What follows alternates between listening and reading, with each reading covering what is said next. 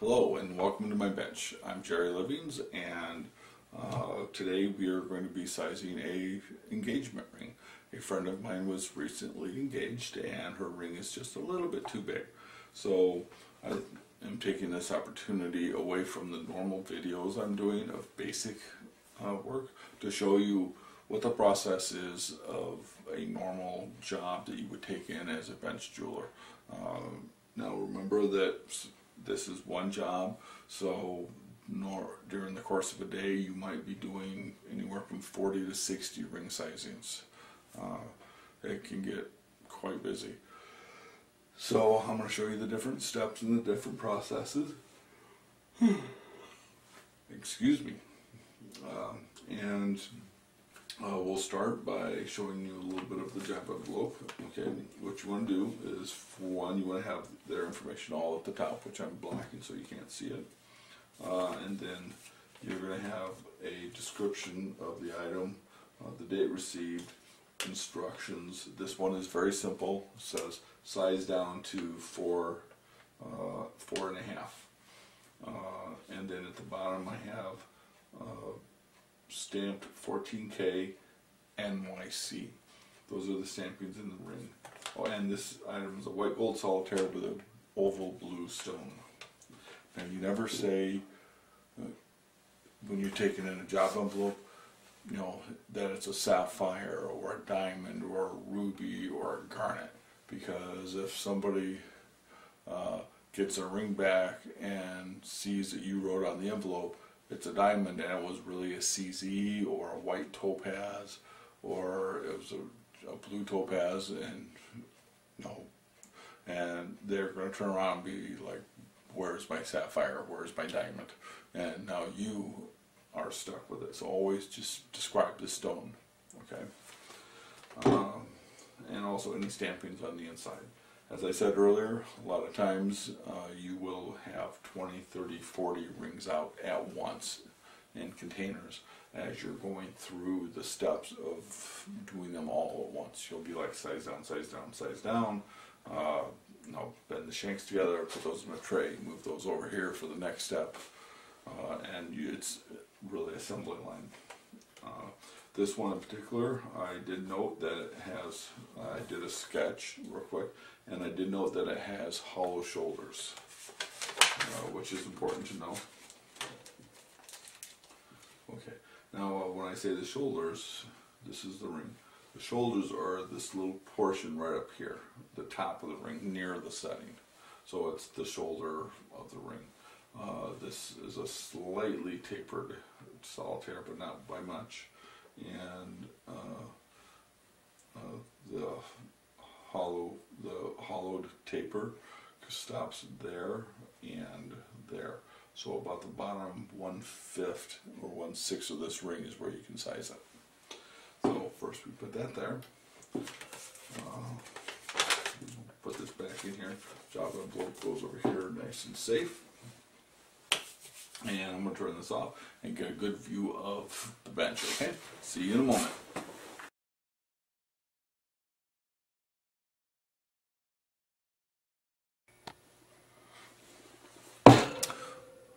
Okay, welcome back to my bench. We're ready to size the ring. We'll start, first you get the ring out and make sure that it's the ring that you actually are going to work on, because you do not want to size the wrong ring. Important, you want to have a mandrel that is accurate. If you're sizing rings, make sure you invest in a high quality mandrel that's very accurate. Not one of those cheap ones. They tend to be very inaccurate and can change. They might be accurate in one spot, but they can change along the length. Make sure that you're getting an accurate mandrel. For the people that I worked with, I actually supplied mandrels to them that were identical to the ones I have here so they could size. So I know that the mandrel they were using was the same, and that makes it a lot easier when people get their ring back and go, well, this is still a quarter size off. So you want to make sure you have a good mandrel that sizes well. What we're going to do is we're going to look here, we're going to slide this on That's about a 5 3/4. Slide it on the other direction, and it's a little over 5 3/4. Okay, now what this is telling me is the jeweler who rounded this out had the ring on here in this direction, and he rounded it out and up a little past 5 3/4. What you should do is go up here, tap the ring, and then turn it over and tap it, so it should read the same both ways. Okay, so the jeweler who did this wasn't minding his P's and Q's very well. You should be able to flip that over and it reads the same both ways. Okay, so we know it's a 5 3/4, so you write that down, 5 3/4, and then arrow down to 4 1/2. Okay, so we're going down 1 1/4 sizes. Okay, now you can figure that out with a micrometer, and have a list of all the sizes you need, and what the radiuses and diameters are and all that, and try and figure it out. Or you can do what most jewelers do. They have a ring set for sizing. Okay, so we're going down 1 and okay, but these are spring steel. We're going down 1 1/4 sizes. So I picked the one here that says 1 1/4. Okay, and I know that the space between these 2 points is 1 1/4 sizes. So what we do is we lay this right here, put this right up there, and where's my magnification? I want to make sure this is magnified. Lay this right up there. Find the center section, and I can actually see the solder joint the other guy did, because it's bumped up. So I want to get on either side of that, and then just go and push down and kind of snap it. Okay, I got it on there and it kind of slid off a couple of times, but I'm going to have 2 decent marks right there, and that's a little off center.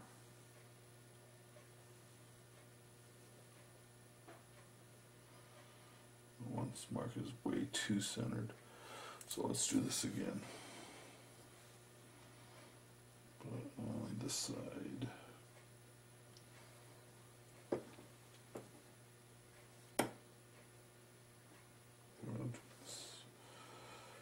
right here.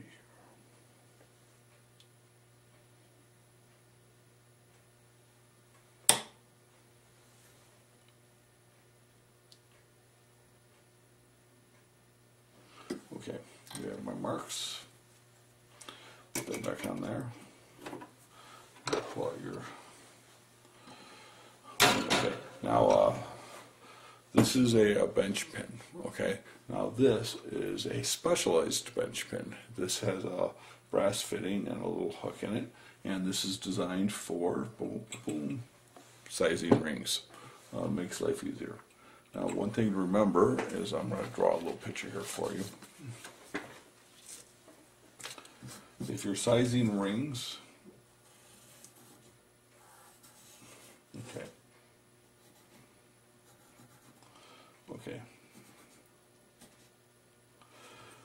the space between these marks that I put on the shank here, this is the ring shank, and this is what we will be removing.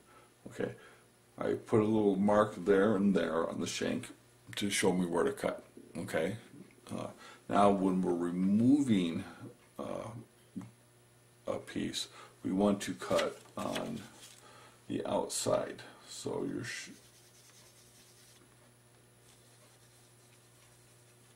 okay, just on the outside. That's where the kerf of your okay, I'm looking at the camera trying to get this up there.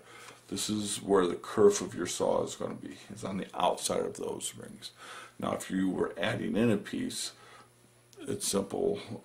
You would just cut in the middle and spread it and put a piece in to the right size you need it. That's a lot easier. But you want to make sure, because if you take off too little, when you size the ring, it's going to be too big. You know, and you want to make sure that you do remove that material. But if you're using a really wide blade, which this one is kind of, I'm going to move to a slightly smaller blade size.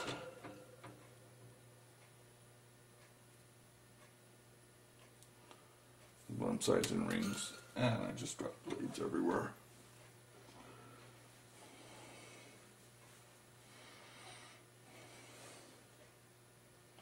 When I'm sizing rings, I like to use a smaller blade size. Yes, I do take and break more of them more often, but that's just part of the game. Because the reason for that is I'm removing less of the customer's gold. And you want to make sure that you don't remove too much of their gold. Find the way this goes. Yep.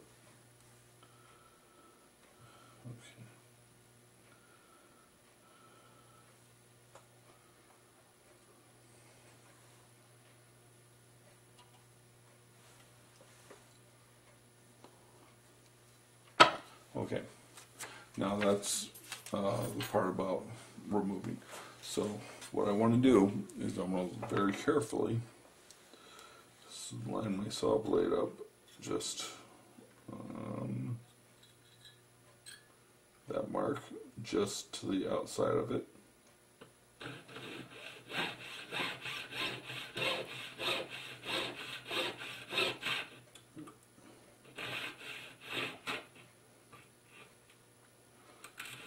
Very lightly cut there, and that's one piece gone.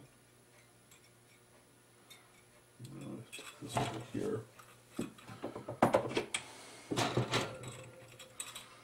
Okay.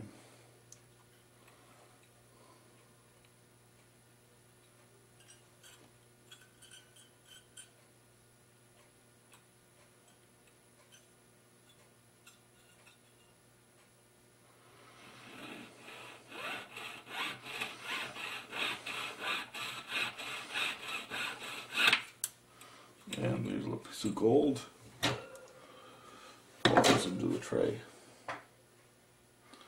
Now I'm going to try and hold this up for you with some tweezers.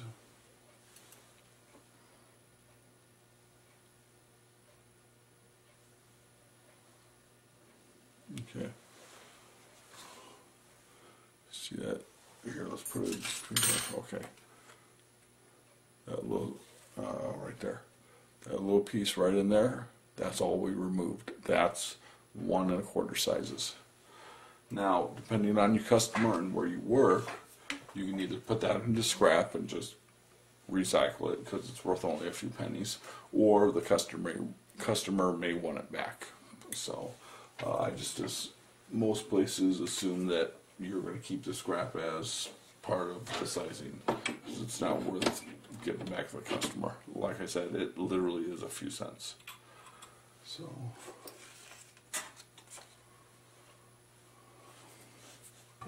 we put this back. Now we're going to grab something called ring bending pliers, which have a very faint curve to them. And we're going to just very, very lightly add a little pressure. I mean, it doesn't take much at all. So if you like crank, you're going to really ruin the ring. So, and I'm taking my time because I want to make sure this is perfect for. Okay.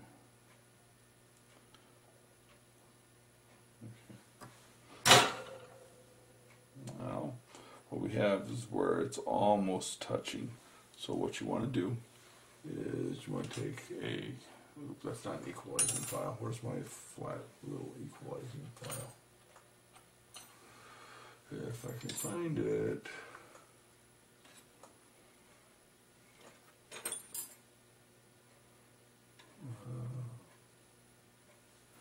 Well, this one will have to do.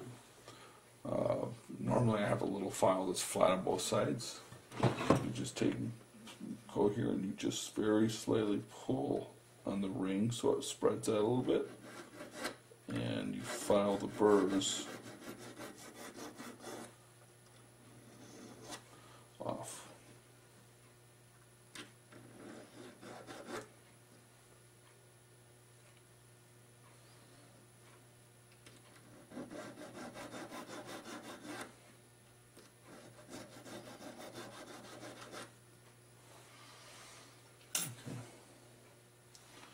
Burrs are off. That's kind of lined up. So now you should be able to just use your fingers to size the rest. Now remember, white gold has nickel in it, so it tends to work hard and tends to get a little bit of spring that you don't want. So you have to make sure that these are very close. You'd be amazed. You should be able to run your finger across there and barely feel anything.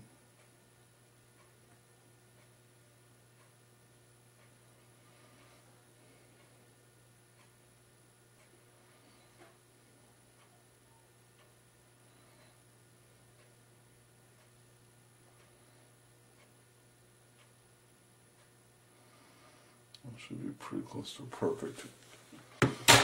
Then you pull your visor off, you look at it with your loupe to make sure that it's joined, there's no real gaps, and there's a little bit of a gap. So I want to bend the ring a little bit like that. Oops, too much.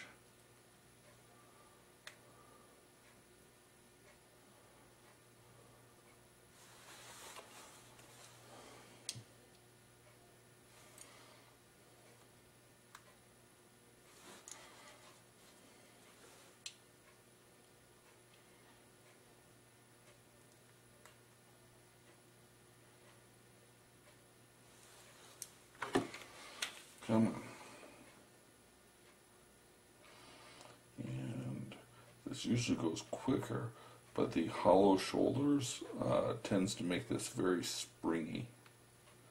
So there we go.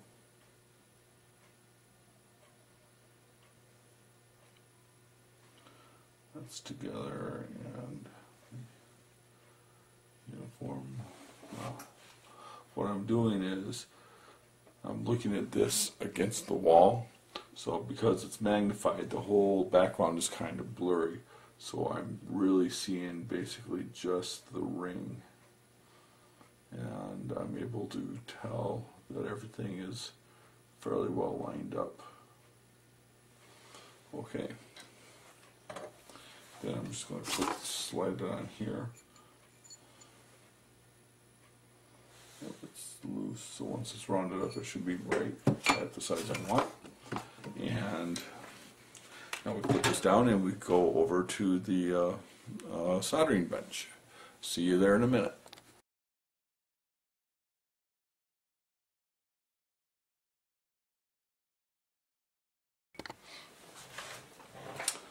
Okay, welcome back. We are getting ready to solder. It's real easy on a ring like this. I'll just move this out of the way. You just have a gripping tweezers. Put that in there. And some people will use borax and other stuff. I tend, because I use a little torch, to just use this flux. Okay. You cut a very small piece of white gold solder. This is 14 karat white gold solder.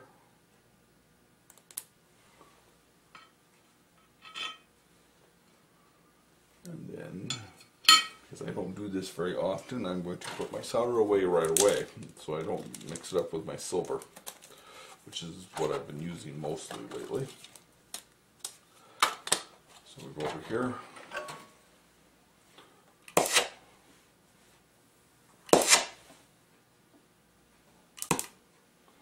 Okay.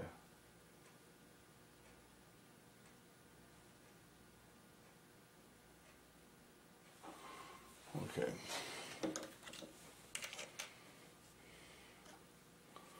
A little solder, a little flux.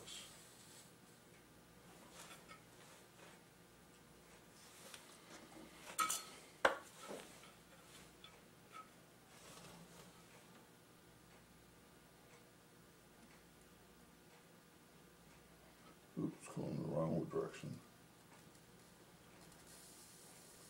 Oop. There we go.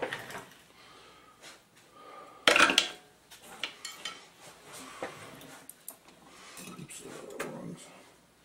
These are receivers. You pull that off.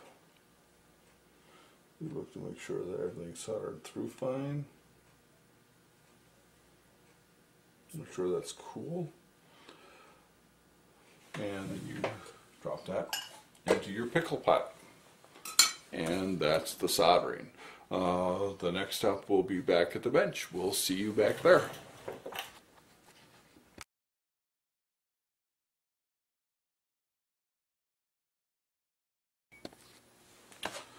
Okay, we have soldered the ring. It's sat in the pickle pot for a few minutes.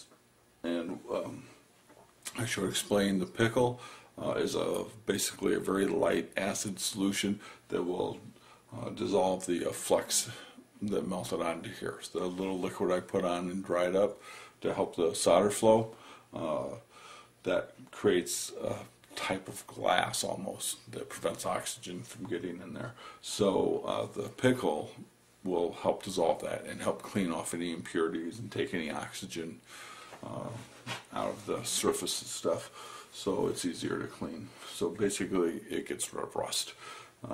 It's a very, very light acid solution.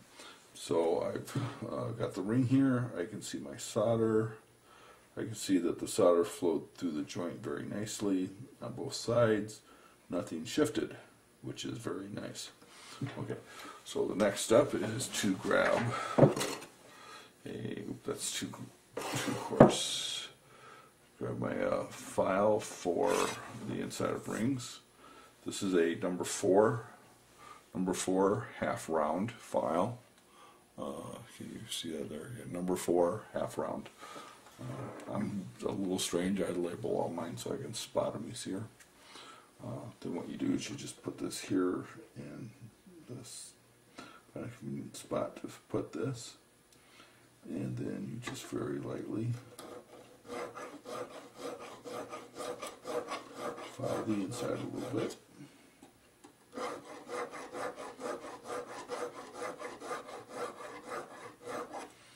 Now it sounds like I'm like with the filing both ways. I'm only applying pressure when I'm going forward, and I'm just kind of letting it slide back, okay? Because I shouldn't be doing that technically, because that can still load up your file a little bit with refuse, but it's not that bad.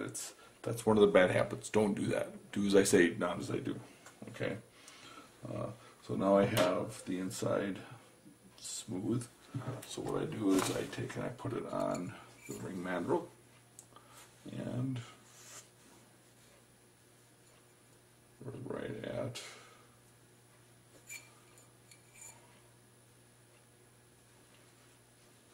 right at 4.5 there.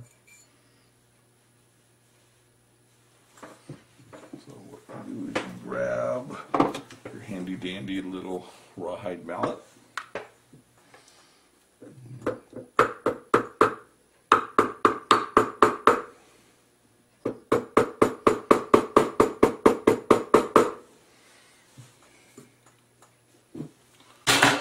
What you're doing is putting the ring back into round. Some jewelers are good enough to keep it in round the entire time. I've only met a couple of them. Most of the jewelers I know have to do this because they're never going to get it perfect the first try. Okay, so that's really, really close. So we put that back, put this back. Now, put the file back. This is where we use a different file. This is called a barrette file. Why, I don't know. It's just the shape of it. If you find out, email me. I would love to know why a barrette file is called a barrette file. Okay, then what you do is where these areas of solder are a little bumped up, what you want to do is knock those off. So you just want to very carefully flatten that out.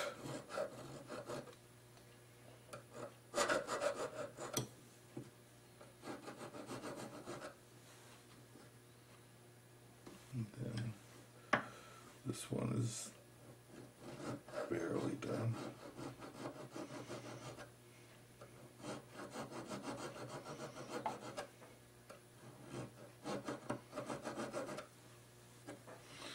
Okay, that's the side. Now with the top,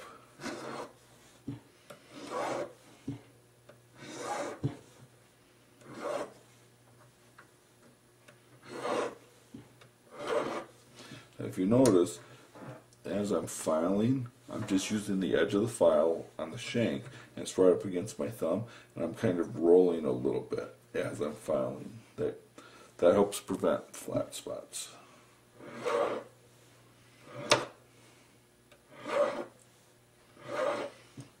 So what I'm doing is I'm taking the excess solder off the outside of the ring.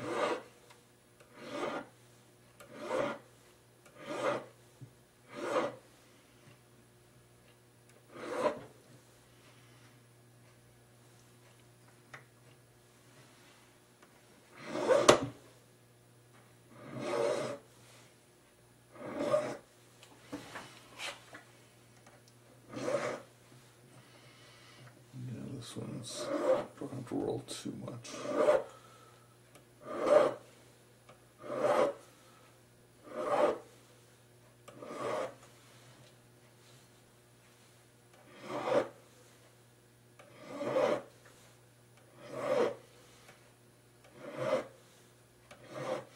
Oh, and the file I'm using, it's a barrette, but it's a number 4 also. So it leaves very, very little marks. There's a little bit of bite there.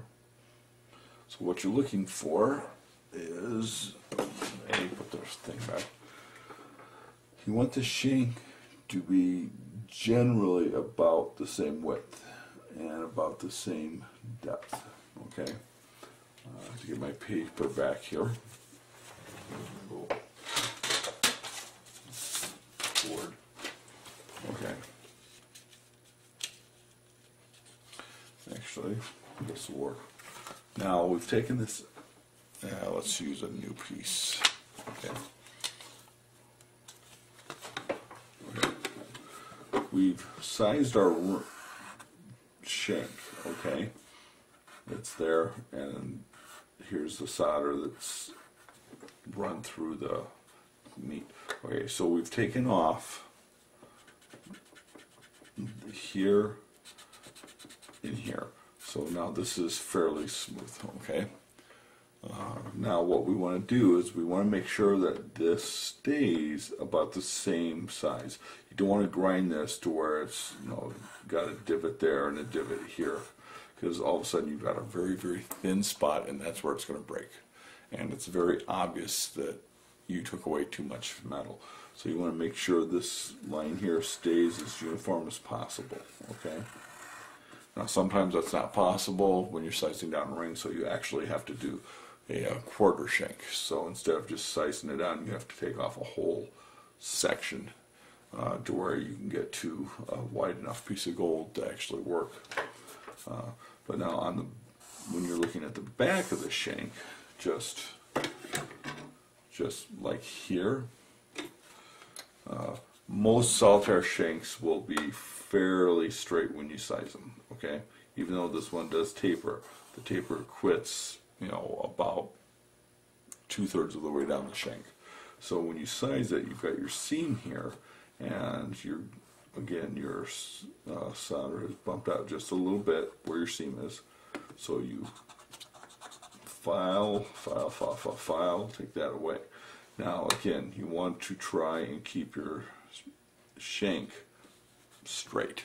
Okay, you don't want it to, like, you don't want to file it to where it's kind of got a bow in there again, because again, that's a weak spot. So this combined with too aggressive filing up here, you know, you're going to end up with a shank that's, you know, a lot smaller, and it's going to be very weak. You don't want that. So you want just, you're looking for very uniform lines. You don't want it to be obvious that it, you know, sucks in and you remove too much. That's a mark of a bad jeweler. So at this point, we get out the good old sanding stuff, flex shaft. These are little sanding discs, which I love to use. This one is a medium grit. You can just feel a little bit of grit on there, which isn't much. Okay, and you flip it. Oops, I hope to get this in there correctly.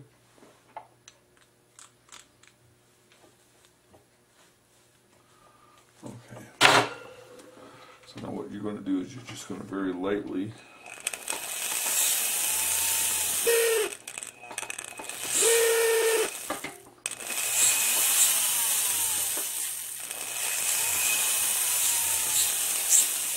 use this on the sides.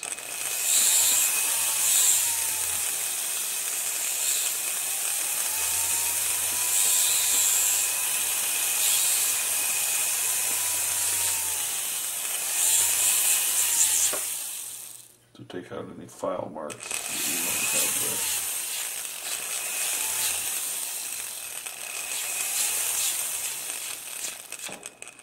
there. And the grit is on the inside. That's why you see me coming down like this. Some people like to use these as a pen and work that way.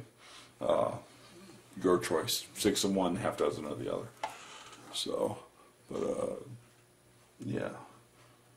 So what I'm doing is literally, I've got a little mark right there. I don't know why.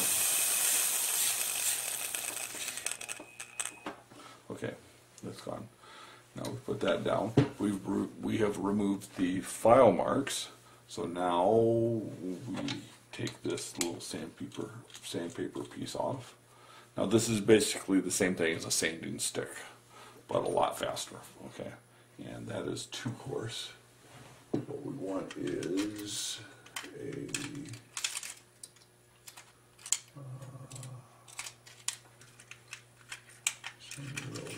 where did I put that? One's a little bit too fine. I guess we can use that one. I'll just touch it. So I was wanting something in between the two that I have. And I'm looking, and I am not seeing one. That's not one. Let me go check my other batch for my student. And oh, there it is.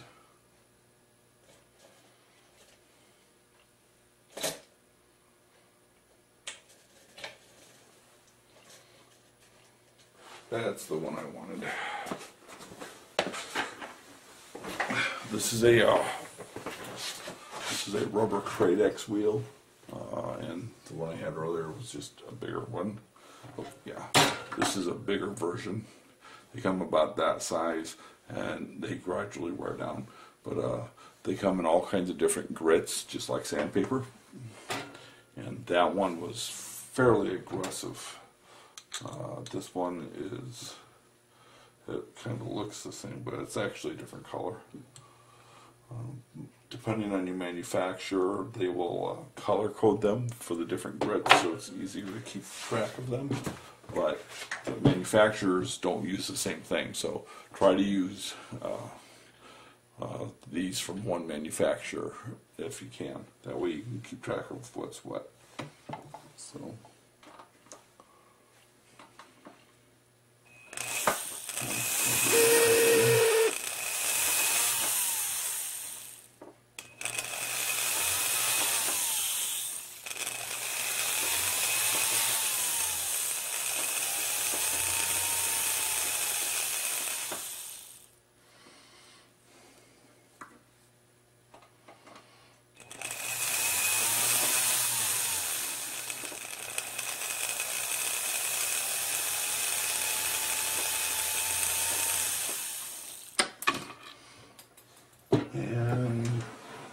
that happens more often than you want. Hope that never happens very often. You hear that little tick, tick, tick? Literally, this got knocked out of my hands, which happens because you're holding it very lightly, and it fell and hit in the tray and bounced up and literally found that one little spot between my lab coat and the edge of the tray and went right down my stomach to the floor. So it happens.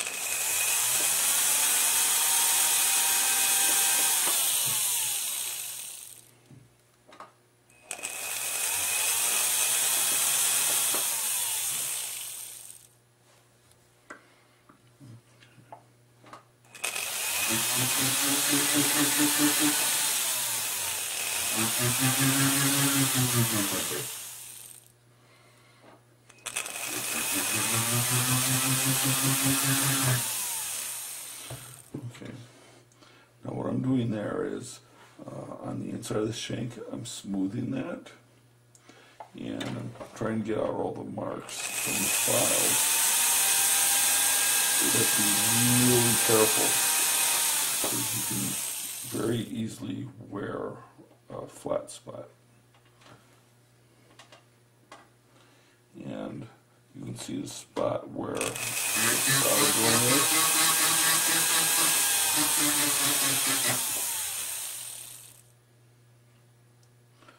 What you want to do is you want to round that off a little bit, because your shank is flat on the bottom when it comes together. It's never going to come together perfectly. It's always going to be very slightly off by a fraction of a millimeter. It's just nature of the beast. So what will happen is, on the inside shank there, you'll have like this little divot just where the metal joins. You want to just round that off just very slightly. But if you get too aggressive, then, well, it's too aggressive, and you've removed too much metal, and now your ring is way too big. So, and this is right at 4.5, both directions. Okay, I'm going to make sure that's up there. Spin it a couple times, make sure it's round. Okay, got your ring clamp. Put this in there.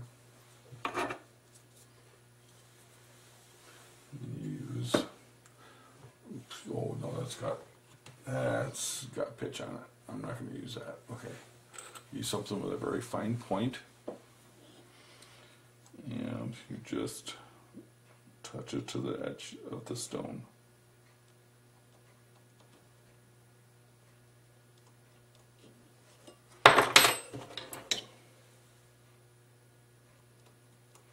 Okay, now you probably can't see it, but when you're looking to see if a stone is loose after you've sized it, when you size the ring down, you're almost always going to have to tighten the stone. You're not looking to see if the stone itself is moving. That's too hard to do. Okay, it's really tough to see if a stone moves. I can do this all day, and that stone looks like it's in place because you can't see anything. Sometimes you can hear it, and you can hear it rattle, but not always. So what you do is you use your light, and you find a facet. Like some of these little side facets, you get the light to reflect off of those, and then you just touch the girdle, and you can see the light change on the facets. You know, some will flash and some will turn dark as the stone moves. So that's telling you right there that the stone is loose, which is expected because, well, hey, this is a ring sizing. So now, what I use for tightening stones, this is white gold. So you want to look and see the quality of the stone settings. And the guy who did this did a good job, so.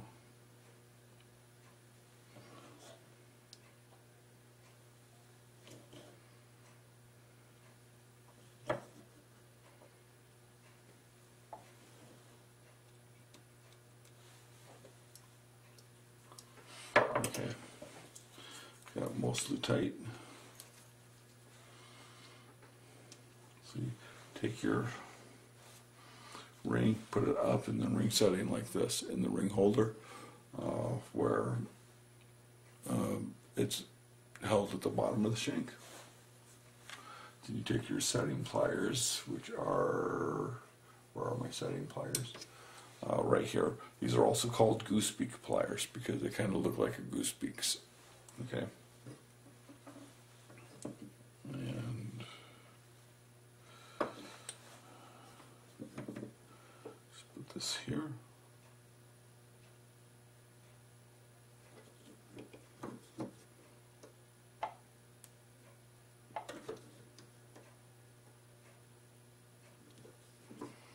And you alternate your prongs. You're not using a lot of force. Even white gold being as stiff as it is because of the nickel content, it still bends very easily.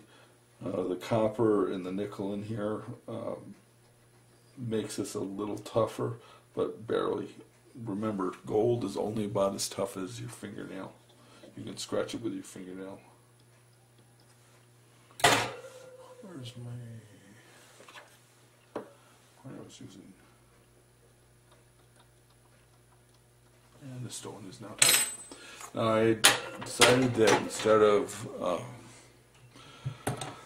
going over to my big polishing unit, it's one ring, I'm just going to polish it here. So, because the top looks great, so I don't really need to do anything else. So I'm going to go start with a Kratex that's a lot finer than the one I used. It's this one, you can feel the grit in it. It feels like a pencil eraser. It actually feels smoother than a pencil eraser. No, this won't fit in the inside, so this is just for the outside.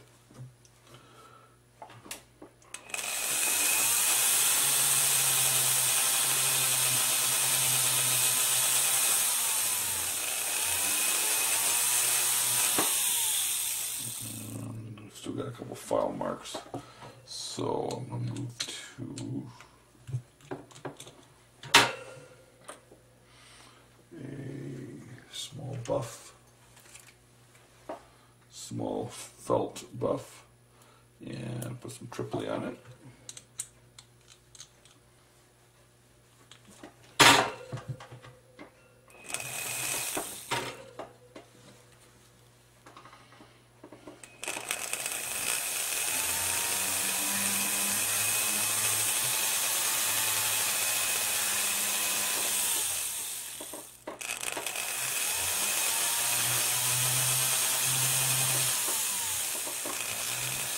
And the polish will break down as you're using it.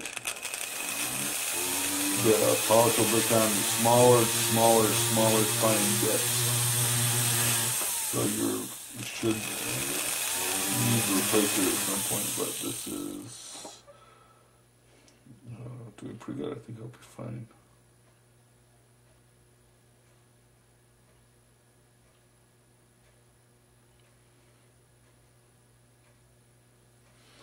Yeah, I think it'll be fine. Now, because this reaches inside the ring, you can polish the inside too.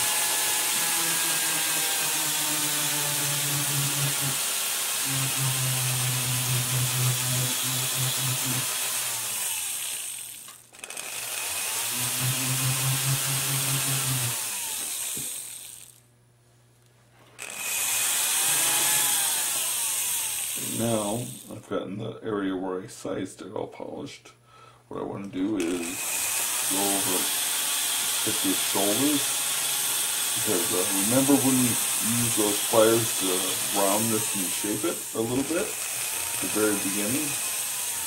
I want to remove any marks that might have been left from that.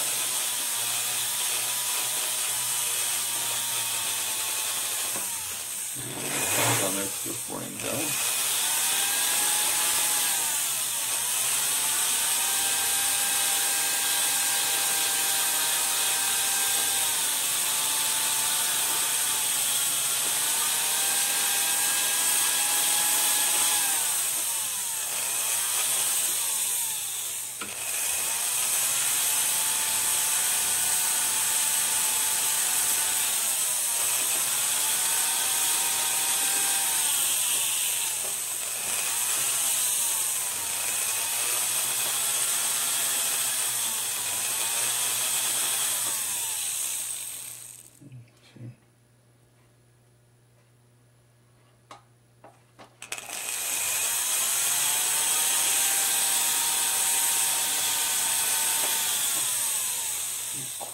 light little polish to the prongs.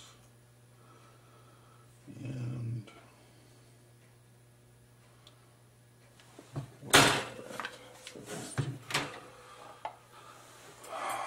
you want to make sure everything is A-okay and looking good. I'm not sure what that mark is. A little mark, it might be an imperfection in the casting.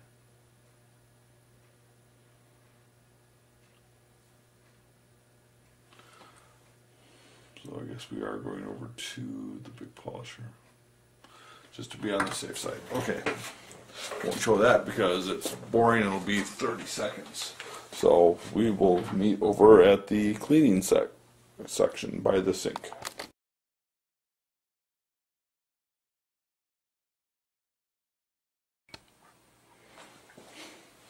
Okay, welcome to the other part of my shop, the corner with the sink and the ultrasonic and the steamer.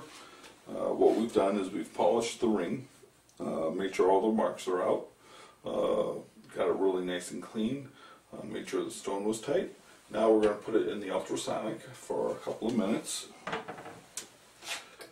And what this does is it heats up the water quite a bit.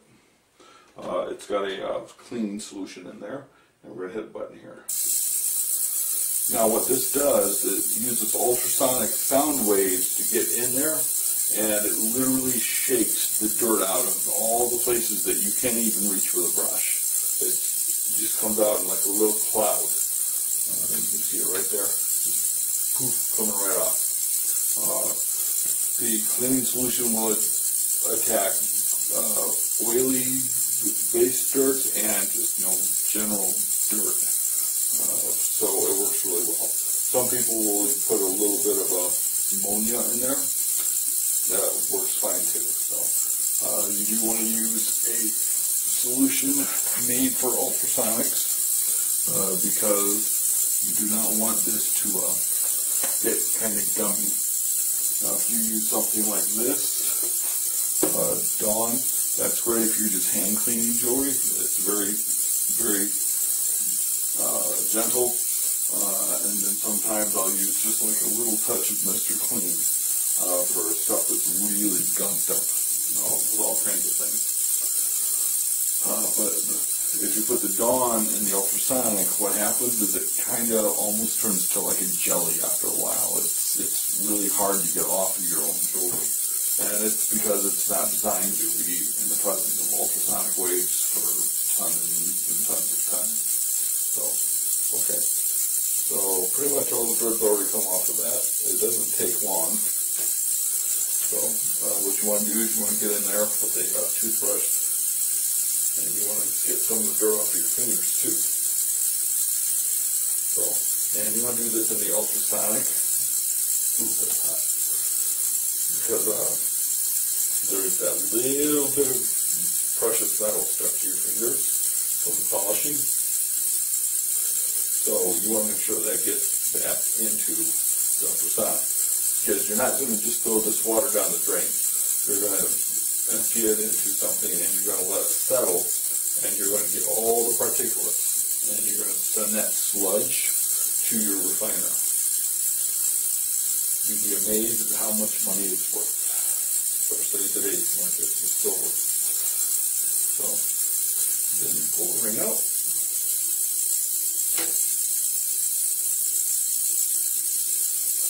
Clean it very carefully. You don't need this on anymore. Just reach in there and get everything cleaned up.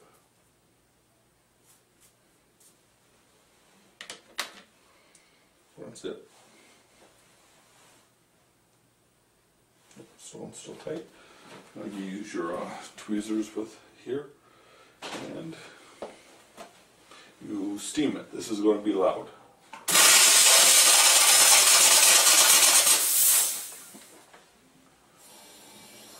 Go. That is done. Now we go back over to the bench. All we have to do is make sure the stone's still tight, make sure that there's no scratches that we have to repolish out, and we put it back in the envelope. There you go. One ring sizing.